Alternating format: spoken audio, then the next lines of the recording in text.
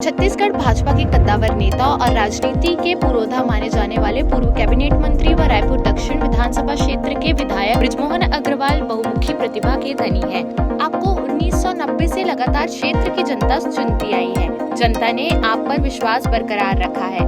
अब तक 7 बार विधानसभा पहुंचकर जनता के मुद्दों को दमदारी के साथ उठाया है। शिक्षा और राजनीतिक जीवन की बात करें तो अपने कॉमर्स और आर्ट्स में पोस्ट ग्रेजुएट करने के बाद LLB की पढ़ाई भी की। आपने अपने राजनीतिक करियर की शुरुआत अखिल भारतीय विद्यार्थी परिषद से की। इस दौरान आप भाजयुमो के उपाध्यक्ष भी रहे। अविभाजित मध्य प्रदेश के पटवा सरकार में आप राज्य मंत्री रहे। वहीं छत्तीसगढ़ के भाजपा शासन काल में 15 साल कैबिनेट मंत्री के रूप में कई विभागों की जवाबदारी शिद्दत से संभाली। आप भाजपा के मुख्य सचेतक। हमारी जन जागरूकता टीम कैमरामैन योगेंद्र साहू के साथ रिपोर्टर अशोक दीवान ने उनके शंकरनगर स्थित सरकारी बंगले में खास बातचीत की। आइए हमारे सवालों के जवाब उन्हीं की जुबानी सुने। आदरणीय बृजमोहन जी, आप अपने राजनीतिक कैरियर की शुरुआत कहाँ से की और उसकी प्रेरणा कहाँ से मिली आपको? मैं जब स्कूल में पढ़ता था तो 11वीं क्लास में एक कॉमर्स के शिक्षक थे। उन्होंने बच्चों को मजबूर किया कि आपको ट्यूशन पढ़ना पड़ेगा, और जो बच्चे ट्यूशन नहीं पढ़े उनको फेल कर दिया। तो फिर हम संगठित होकर उस शिक्षक के खिलाफ अपने आंदोलन किया, और जब ये आंदोलन किया तो फिर सब हमारे संगी साथी लोग नेताजी बोलने लगे, और वो एक पहली शुरुआत थी। और जब फिर कॉलेज में पहुँचे तो विद्यार्थी परिषद से जुड़ गए, और विद्यार्थी परिषद से जुड़कर छात्रों के लिए आंदोलन करने लगे। उस ज़माने में अंग्रेजी हटाओ आंदोलन, उस ज़माने में छोटी छोटी चीज़ों पे एक ये पैराडाइज टेलर होता था, वो सिलाई के रेट बहुत ज़्यादा लेता था, उसके खिलाफ में आंदोलन। और आज जितनी छात्रों को सुविधाएं मिलती हैं उस ज़माने में स्कूल कॉलेज में मिलती नहीं थी। तो उन सुविधाओं को लेकर आंदोलन करते गए, और आंदोलन करते करते फिर छात्र राजनीति के माध्यम से छात्र संघ का चुनाव लड़ना, दुर्गा कॉलेज का अध्यक्ष, फिर कल्याणराव कॉलेज के अध्यक्ष, फिर यूनिवर्सिटी के सलाहकार, UR, ये सब बनते बनते धीरे धीरे राजनीति में प्रवेश हुआ। फिर जो भारतीय जनता पार्टी के उस समय के दिग्गज नेता थे, उन्होंने एक बार जब छत्तीसगढ़ के ही कुछ बीजेपी के नेताओं ने एक छत्तीसगढ़ जन परिषद करके बनाई, तो उस समय फिर हमको युवा मोर्चे में लिया, और युवा मोर्चे में एक रायपुर में प्रदेश स्तर का बड़ा सम्मेलन हुआ। उस सम्मेलन की जिम्मेदारी दी। उस सम्मेलन में अटल जी से लेकर अडवाणी जी से लेकर राजमाता प्रमोद महाजन ये सब आए, और ये राजनीति की शुरुआत थी। आगामी चुनाव में टिकट की दावेदारी का आपका आधार क्या रहेगा? मेरे बारे में निर्णय पार्टी करती है, और रायपुर शहर की जनता, कार्यकर्ता, जानने वाले लोग, पहचानने वाले लोग, इन सब लोगों का जो प्यार, स्नेह, जो बुजुर्ग हैं उनका आशीर्वाद, और वो मेरी सबसे बड़ी ताकत है, जिसके कारण 7 बार यहाँ की जनता ने मुझे आशीर्वाद दिया है, प्रेम दिया है, और मुझे लगता है कि यही आधार होगा। आखिर आपको पार्टी टिकट क्यों दे? अब इसका निर्णय तो पार्टी करेगी। पार्टी टिकट क्यों दे, अगर ऐसा लगता है कि मैं जीत सकता हूँ, मैं पार्टी की नीतियों पर चल सकता हूँ। अविभाजित मध्य प्रदेश के दौरान से आप राजनीति कर रहे हैं, मतलब 1990 के आसपास से है, और वर्तमान में आज भी आप सक्रिय राजनीति में हैं। पहले और आज में क्या बदलाव देखते हैं आप? देखिए, पहले आज में और बहुत बड़ा बदलाव है। पहले व्यक्ति जब राजनीति में आता था तो उसके मन में कुछ जज्बा होता था, कुछ तमन्ना होती थी, कुछ अन्याय के, अत्याचार के खिलाफ में विरोध करना, सड़कों पर उतरना, धरने प्रदर्शन करना, आंदोलन करना, लोगों की समस्याओं के लिए जूझना और संघर्ष कर स्थान प्राप्त करता था। परंतु आजकल जो है वो एक दूसरे को देखकर रोज राजनीति में आना चाहते हैं। लोगों के सामने कोई आदर्श नहीं होता है। हम जब राजनीति में आए उस समय पर अटल बिहारी वाजपेयी जैसे लोग देश की राजनीति में थे, गोविंद सारंगी जैसे लोग संगठन मंत्री थे, सुंदरलाल पटवा जी, कैलाश जोशी जी, प्यारेलाल खंडेलवाल जी जैसे लोग जिन्होंने अपना पूरा जीवन लोगों की सेवा में लगा दिया, और उनसे प्रेरणा लेकर हम राजनीति में आए थे। और जिस समय हम राजनीति में आए तो उस समय तो कभी ये सोच भी नहीं सकते थे कि आप विधायक बन जाएंगे, मंत्री बन जाएंगे, सरकार अब बन जाएगी। परंतु आज की जो राजनीति है वो परिक्रमा की राजनीति है। उस समय की जो राजनीति थी वो पराक्रम की राजनीति थी।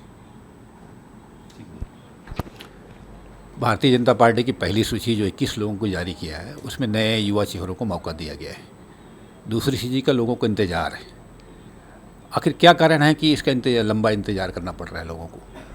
इंतज़ार नहीं, ये तो बीजेपी एकमात्र पार्टी है जिसने समय से पहले सूची जारी कर दी, और इसलिए लोगों को लगता है इंतज़ार कहाँ। हमेशा जो टिकट का वितरण होता है वो तो नॉमिनेशन के समय तक टिकट वितरण, अंतिम दिन तक टिकट का वितरण होता है, और इसलिए कोई इंतज़ार नहीं है। भारतीय जनता पार्टी ने अगुवाई की कि 21 टिकटों की घोषणा कर दी।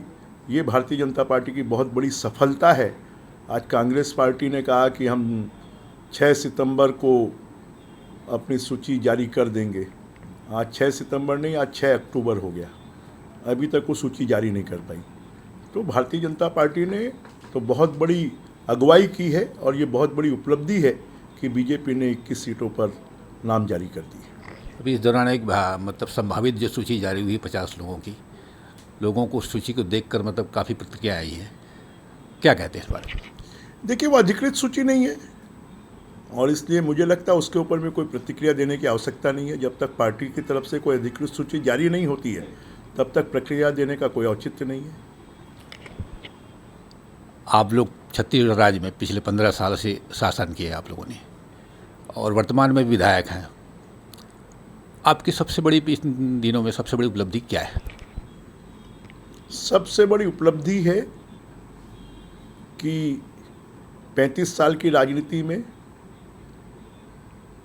20 साल के 18 साल के मंत्री के कार्यकाल में ये भगवान की कृपा भी है, और परिवार के बुजुर्गों का आशीर्वाद भी है, और कार्यकर्ताओं का प्यार भी है, और जनता का स्नेह भी है कि 35 सालों में कभी कोई दाग नहीं लगा। और साथ में यहाँ की जनता, रायपुर की जनता ने जताया, परंतु रायपुर की जनता का मान, सम्मान, स्वाभिमान पूरे छत्तीसगढ़ में, पूरे मध्य प्रदेश में और पूरे देश में कायम रखा कि जो उनका विधायक है, उनके विधायक को आज पूरा देश जानता है। और साथ में जो रायपुर शहर पहले कभी छोटा सा कस्बा होता था, आज वो रायपुर शहर को लोग कहते हैं कि ये बम्बई, दिल्ली, कलकत्ता, हैदराबाद, चेन्नई से कंपटीशन कर रहा है, महानगर का स्वरूप ले रहा है। तो हमको इस बात का सौभाग्य मिला है कि जनता की सेवा कर कर रायपुर छत्तीसगढ़ राज्य बनाने में, उसके प्रस्ताव को पारित करने में मध्य प्रदेश की विधानसभा में हम रहे। छत्तीसगढ़ राज्य की शुरुआत से हम यहाँ पर हैं, और छत्तीसगढ़ की सेवा करने का जो अवसर मिल रहा है, ये हमारे लिए सबसे बड़ी उपलब्धि है। कांग्रेस नेताओं का कहना ये है कि जो पूर्व मंत्री है और जो विधायक है उसको इस बार टिकट नहीं मिलेगा। आपका क्या कहना? अब हमारी पार्टी के बारे में कांग्रेस कुछ भी कहे उसका जवाब देना जरूरी थोड़ी है। हमारी पार्टी के बारे में निर्णय हमारे नेता करेंगे, हमारी पार्टी करेगी। कांग्रेस अपनी पार्टी की चिंता करे, हमारी पार्टी की चिंता उसको करने की ज़रूरत क्या है।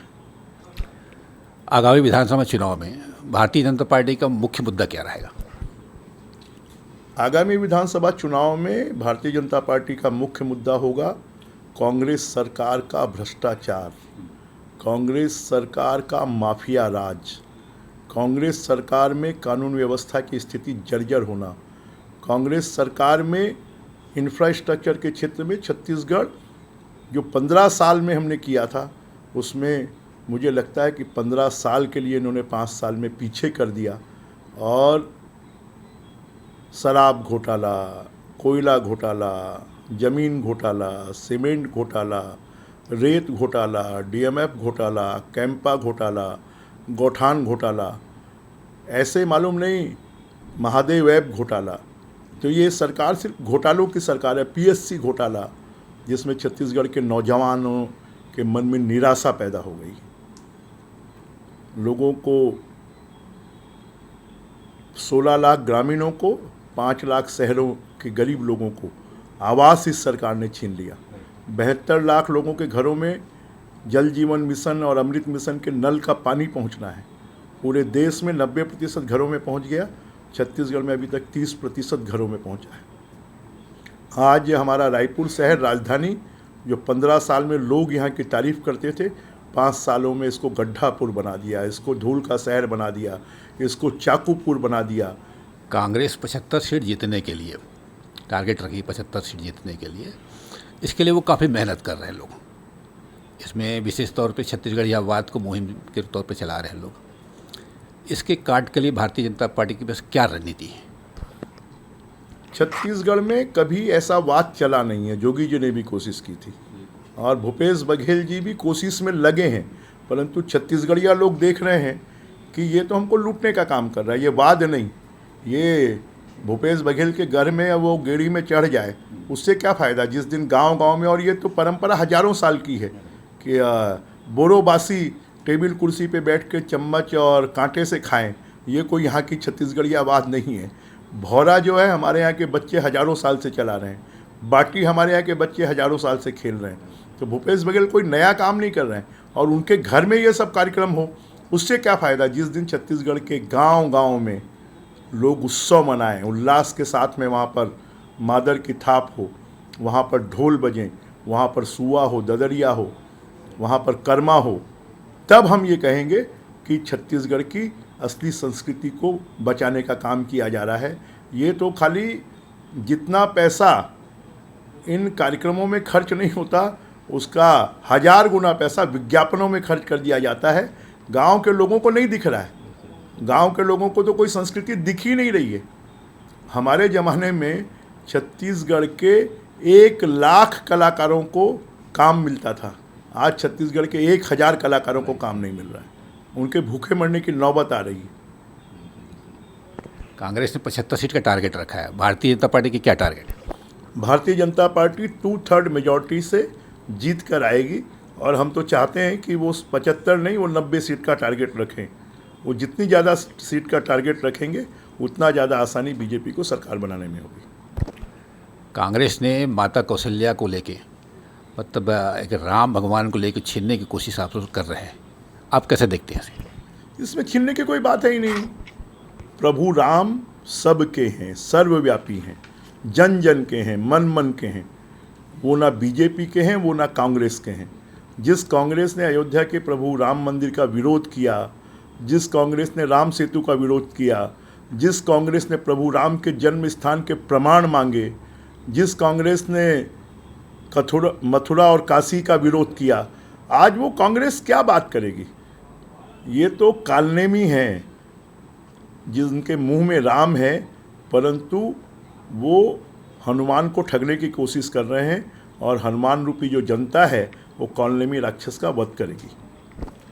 कांग्रेस ने बेरोजगारी भत्ता, आंगनबाड़ी कार्यकर्ताओं को मानदेय और पेंशन योजना, पुराना पेंशन योजना को लागू करके मतलब काफ़ी कारगर कदम उठाया है। और इससे मतलब इस काट के लिए भारतीय जनता पार्टी कौन सा रणनीति अपना रही है? कोई काट की ज़रूरत नहीं है। उन्होंने लोगों को कोई अतिरिक्त नहीं दिया है। आज उन्होंने कहा था कि हम दैनिक वेतनभोगी कर्मचारियों को रेगुलर करेंगे, उन्होंने कहा था हम संविदा कर्मचारियों को रेगुलर करेंगे, उन्होंने कहा था कि जो केंद्र सरकार के समान हम डीए देंगे, ये सब कहाँ गया? खाली ये दिखावे के लिए कर रहे हैं। 5 साल हो गए, अब 5 साल उनको आखिरी साल चुनाव के समय ये सब चीज़ें याद आ रही हैं। आज बेरोजगारी भत्ता छत्तीसगढ़ में 21 लाख बेरोजगार हैं और 21 लाख बेरोजगारों में से 1 लाख लोगों को दे रहे हैं। बाकी मतलब एक नौजवान का 1.5 लाख रुपया खाने का काम 21 लाख लोगों का कोई कर रहा है। तो कांग्रेस सरकार और भूपेश बघेल की सरकार कर रही है। आज छत्तीसगढ़ की सड़कों पर आंदोलनों का अंबार लगा हुआ है। ऐसा लगता है कि छत्तीसगढ़ में कहीं काम नहीं हो रहा है, खाली आंदोलन हो रहा है। कांग्रेस सरकार ने नरवा गुरुवा बारी एक बहुप्रतीक्षित योजना चला रही है और लोगों ने काफ़ी अप्रिशिएट भी किया है, ऐसा लोगों का कहना है। तो भारतीय जनता पार्टी इस योजना से कैसे निपटना चाहती है? हम नरवा को ढूंढ रहे हैं, गरवा गौठान में नहीं सड़कों पर हैं। बाड़ी जो है वो सूख गई हैं। हमारे ज़माने में योजना चलती थी जिसमें पंप लगाने के लिए बाड़ियों में मुफ्त में पंप दिए जाते थे। आजकल बाड़ियों में कहीं कोई काम नहीं हो रहा है। 1.5 लाख पंप के कनेक्शन के आवेदन पेंडिंग हैं, जिसके लिए 1500 करोड़ रुपए चाहिए। हमारे ज़माने में एक भी पंप का कनेक्शन पेंडिंग नहीं होता था। तो ये सब चीज़ें, जितनी चीज़ें इनकी योजनाएं हैं, वो खाली विज्ञापनों में, पेपरों में और पब्लिसिटी में है। ज़मीन पे जब लोगों को वो दिखता ही नहीं है तो लोग कैसे उस पर विश्वास करेंगे? कांग्रेस, भारतीय जनता पार्टी हिंदुत्व के मुद्दे पर कमज़ोर पड़ रही है, ऐसा लोगों का कहना है। तो क्या ऐसा लगता है क्या कांग्रेस ने इसको हाईजैक कर लिया है? देखिए, कोई किसी चीज़ को किसी से हाईजैक नहीं कर सकता। लोग जानते हैं कि छत्तीसगढ़ में धर्मांतरण कितने तेज़ी से हो रहा है। लोग जानते हैं कि धर्मांतरण करने वालों के खिलाफ में बस्तर में रोज़ सड़कों पर आंदोलन हो रहा है। ये देश में पहली बार हुआ है कि शमशान घाट में लोगों को लाश को दफनाने से और जलाने से रोका जा रहा है।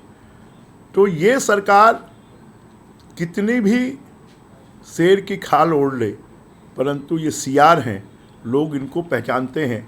क्योंकि शेर की खाल ओढ़ने से वो कभी पहचान में नहीं आते। उनका जब रंग उतरता है तो लोग पहचान जाते हैं ये शेर नहीं, ये सियार है। जो रंगे सियार की कहानी है कि अभी बरसात चल रही है तो सबने पहचान लिया है कि ये शेर नहीं, ये सियार है। आज छत्तीसगढ़ में किसान सबसे बड़ा मुद्दा है। कांग्रेस ने किसानों के लिए 20 कुंटल धान खरीदने की बात कर रही है और 3600 रुपये धान की कीमत की बात कर रहे हैं। इसके लिए मतलब भारतीय जनता पार्टी की क्या रणनीति है? ना वो 20 क्विंटल खरीदने, ना वो 3600 रुपये देंगे, क्योंकि सरकार तो बीजेपी की आने वाली है। तो उनको मालूम है कि हमको कुछ करना नहीं है। और जो धान खरीदती है वो केंद्र की सरकार खरीदती है। 1 लाख करोड़ रुपए अगर इन्होंने पिछले 4 सालों में 1,20,000 करोड़ का धान खरीदा है तो 1 लाख करोड़ रुपए सेंट्रल गवर्नमेंट ने दिए हैं सपोर्ट प्राइस के लिए। खाली इन्होंने 20,000 करोड़ रुपए दिए हैं। तो 20,000 करोड़ देकर और 1 लाख करोड़ रुपए क्या मात कर लेंगे? ये तो क्या है, ना 9 मन तेल होगा, ना राधा नाचेगी। तो इसलिए अब जैसे आप देखो, शारदा चौक से तात्यापारा सड़क के चौड़ीकरण के लिए 135 करोड़ चाहिए। ना बजट में पैसा है, ना टेंडर हुआ है, ना वर्क ऑर्डर हुआ है। इन्होंने घोषणा कर दी कि 550 करोड़ रुपए का तेलीबांधा से और जोड़ा तक ओवर ब्रिज बनेगा। तो कहाँ टेंडर है, कहाँ बजट में पैसा है, कहाँ वर्क ऑर्डर है?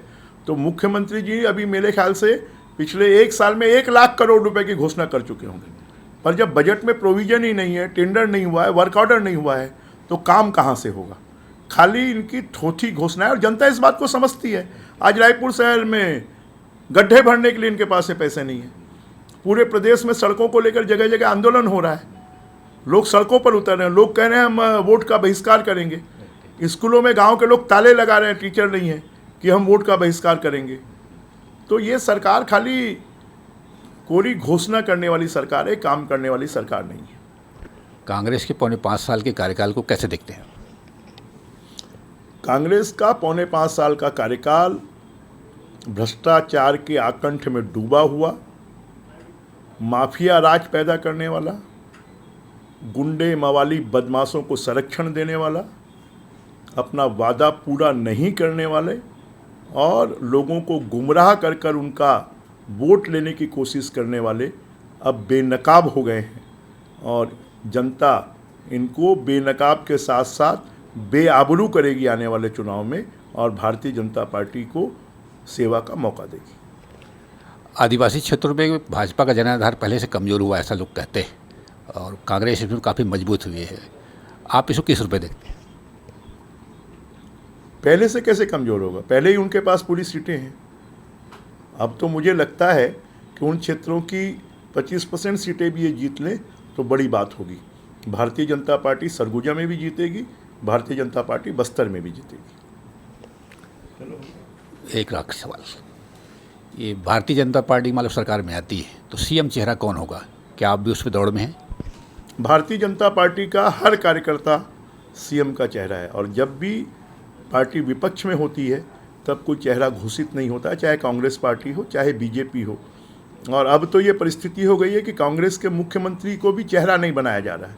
ये कहा जा रहा है, उनकी शैलजा जी ने कहा है, टी.एस. सिंहदेव ने कहा है कि अब सामूहिक नेतृत्व में चुनाव होगा और इसलिए भारतीय जनता पार्टी का जो केंद्रीय नेतृत्व जिसको तय करेगा वो भारतीय जनता पार्टी का चेहरा होगा। Thank you. देश प्रदेश की सभी बड़ी खबरों से जुड़े रहने के लिए हमारे YouTube चैनल को लाइक, शेयर और सब्सक्राइब करना ना भूलें। साथ ही लेटेस्ट खबरों के लिए बेल आइकन को प्रेस